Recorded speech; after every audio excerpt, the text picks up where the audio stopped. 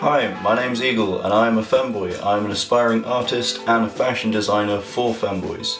The first thing you're probably wondering is, what is a femboy? Well, as you can see from what I'm wearing, it's not the most masculine clothing. Some aspects of it are, and some aren't.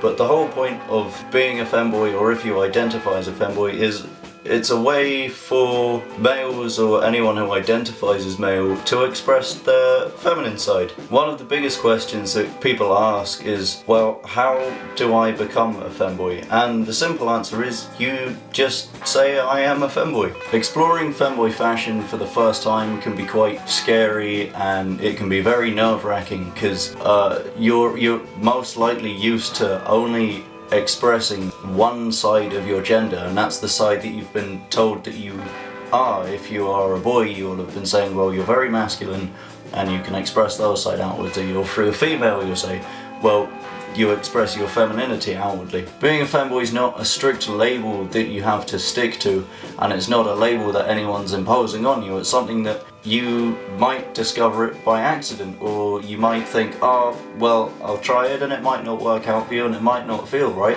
and that's absolutely fine. One of the biggest myths I think that's out there though is that being a femboy is specifically for a type of person, and I think this is a really harmful misconception, that it is for very slim, naturally feminine shaped emo boys, to put it bluntly. And I think this is a terrible misconception, because I've met so many people who identify as femboys over my time and go in all shapes and sizes, or it's not like a goth subculture, or it's not like an emo subculture, and it's not even like a grunge subculture or a hip hop or rave or anything.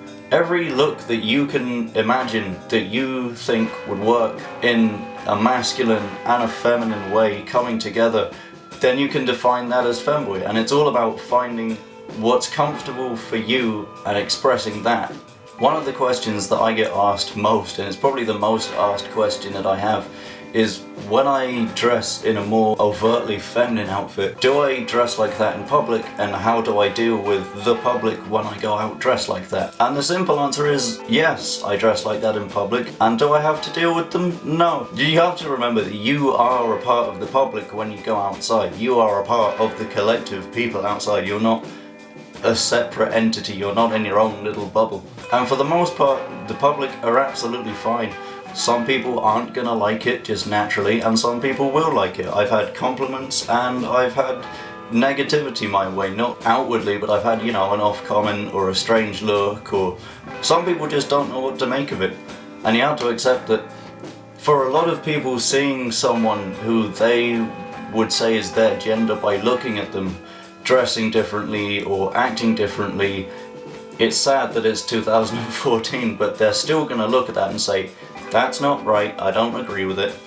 But as long as you have a positive attitude outwardly, then for the most part you're gonna get a positive reaction back. For the most part, the public are absolutely great, and I honestly wouldn't worry about it. The second part of that same question, which I think is probably the most difficult for people, is how do you deal with family? How do I deal with coming out as a femboy? How do I go about telling people? And in my case, for me, it was a very slow process.